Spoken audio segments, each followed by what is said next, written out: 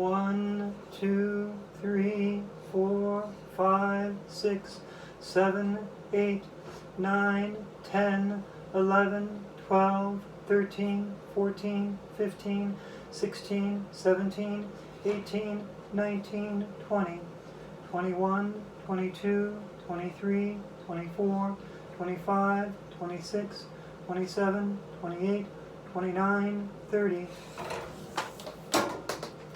And grab a connector, shove it in as far as it'll go. Make sure you don't bump anything. And put it all the way in. And if you do it right, it should look just like this. And this is where you're going to wrap your duct tape when you start making your hoop of love. And now we've made a hoop. This is one of our bigger ones.